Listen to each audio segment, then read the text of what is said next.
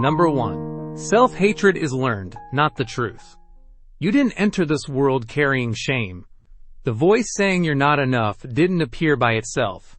It echoed people who should have protected you, or grew in the silence where love was missing.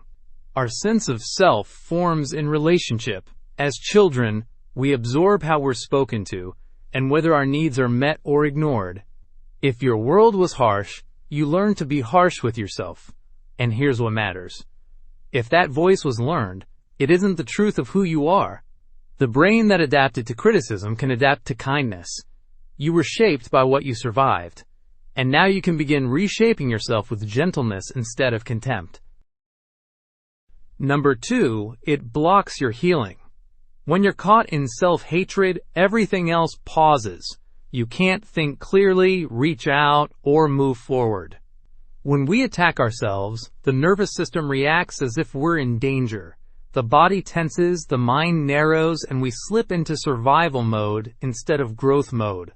Healing needs safety, the sense that you're allowed to be imperfect and still worthy.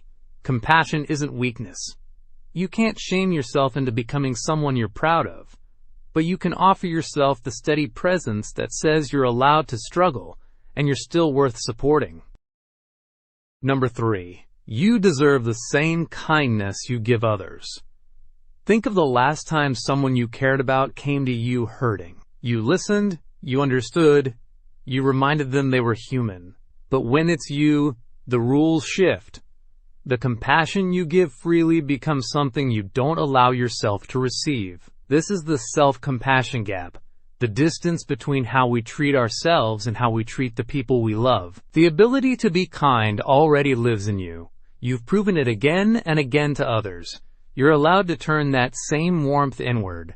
The kindness you give isn't evidence that others are worthy, and you aren't. Number 4, your thoughts are not facts. Thoughts that call you worthless feel real because they've been with you so long. But familiarity isn't truth. Thoughts are events in the mind, shaped by past experience, not objective reality. If your history taught you to expect rejection, your brain keeps scanning for evidence that confirms it. When you hate yourself, you notice every mistake and dismiss every success. The loop continues because it's habitual, not because it's true. You can notice a thought without obeying it. Thoughts are weather passing through, not the landscape. Number 5, you are allowed to exist without achieving anything. Your worth isn't conditional.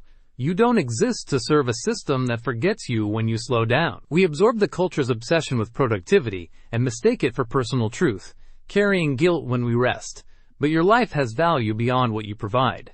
You were never meant to justify your existence. You're allowed to exist even on days when you achieve nothing. And letting yourself believe that might be the most radical thing you do.